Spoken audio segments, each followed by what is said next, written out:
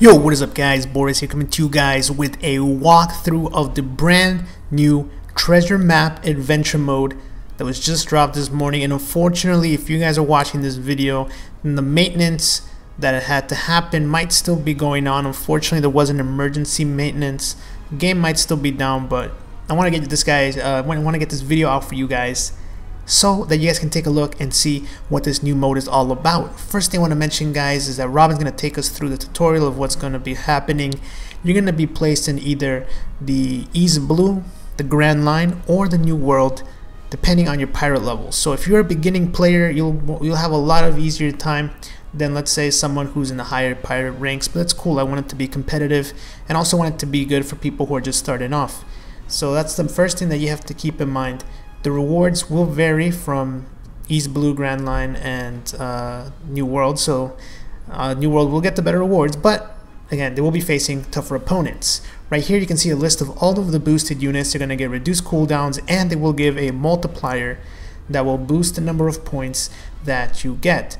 The other thing I want to mention is that there's going to be a 2 times point boost event that will happen during this event. So during certain times you'll get 2 times boost, and as well I wanted to let you guys see the rewards that you can get. So limit break material is now available. You'll be able to limit break a lot of your character, well, at least one character hopefully by the end of this event. So far from what I've seen, the drops have been pretty good, but again, this OPTC servers went down after about an hour. So this is all the footage that I can show you. So first thing I want to explain to you guys is that you do have a brand new stamina bar just for adventure mode, as you can see there. You use that to take a spin on the wheel on a Mario Party style, Dokkan style, whatever you want to call it, and it's 3 stamina per spin. So that's something to keep in mind. You can do a lot of treasure mode just off 1 stamina bar, and for some other reasons I'll explain as well.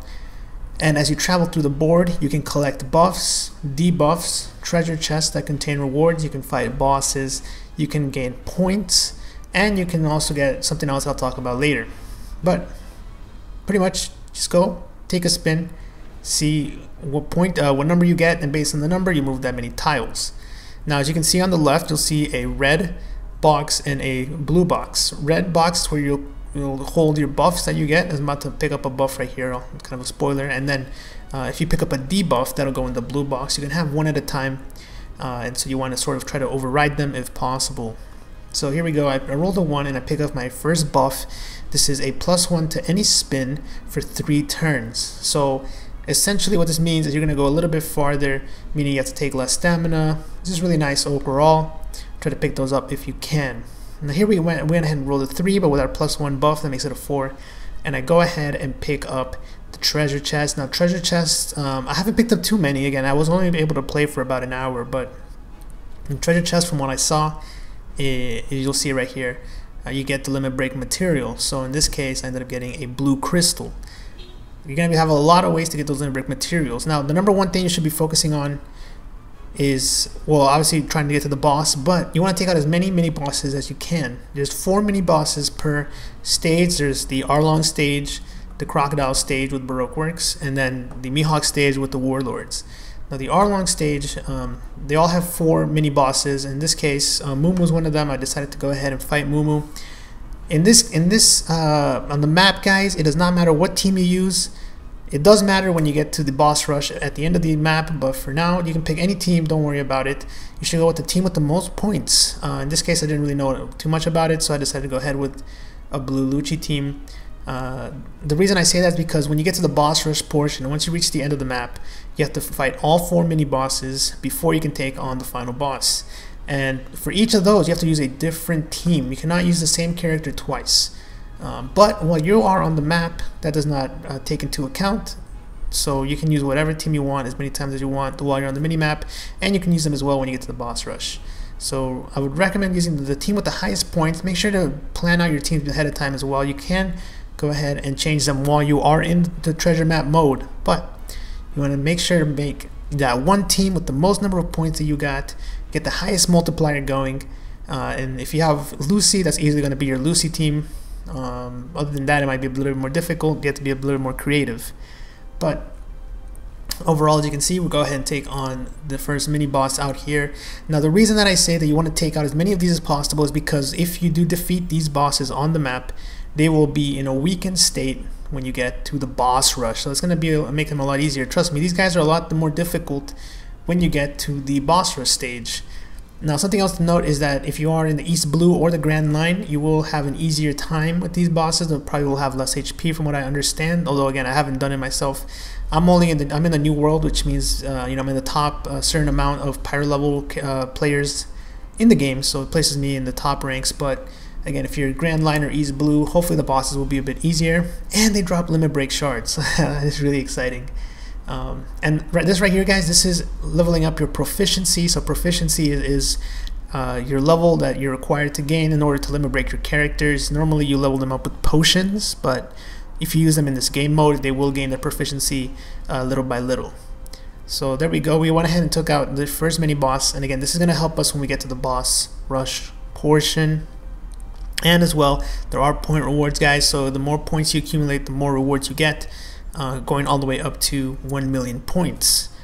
Now, as we keep going here, just keep trying to land on any good ones. The thing, it is random, guys, so again, you can't really control it, but just try to get to the boss and try to take out any mini bosses. There are different paths you can take. Try to zoom out and see how many bosses you can try to fight. When you get to the next mini boss, again, try to use your best team. In this case, I finally decided to try it. You can see on the bottom left, you see your total multiplier. So this team right here has a 2.87 multiplier.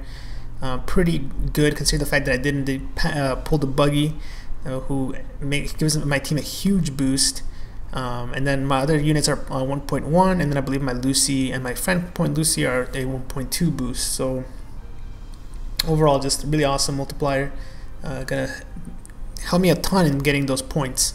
And don't forget, it's also 2 times, so make sure to do the event when it is 2 times.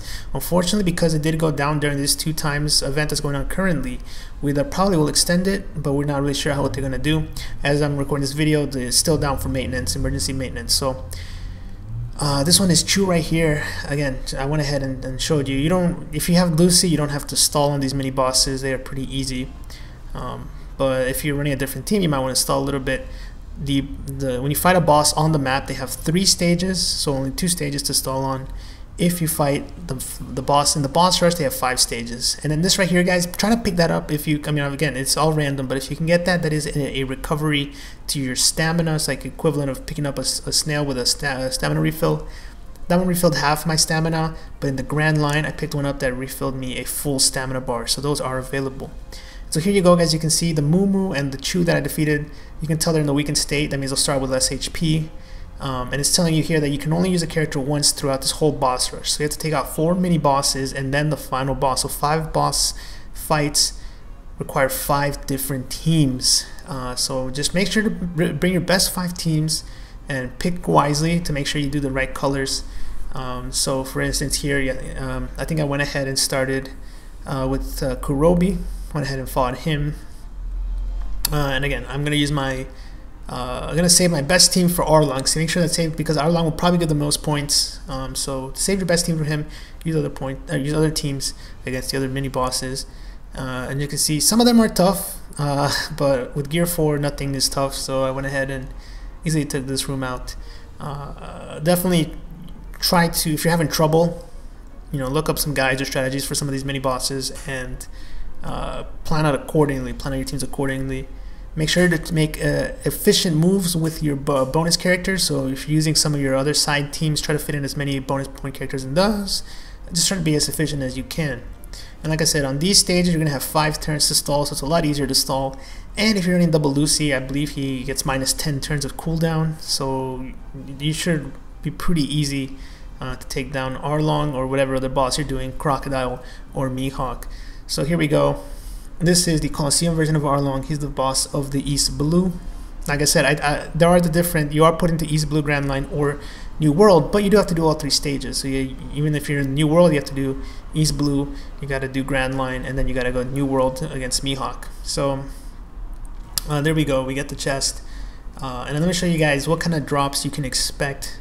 Because again, this is gonna be the best time to farm for your limit break character. It's pretty much the only time besides the PvP event, which really had really horrible drop rates. As you can see, we get a small purple and a medium blue, and you can do these pretty fast. You can do these runs pretty fast, especially if you have good teams. You can go through the boss rush pretty easily. And there's a chance that they might get tougher over time, but I really don't know. I haven't confirmed that. Again, I haven't been able to do this multiple times. And there are my rewards. So pretty much that is a full run through of the event. There's some rewards, try to get to 1 million. And with that said, guys, thanks a lot for watching. I'll bring you guys more details on this later, and until then, peace.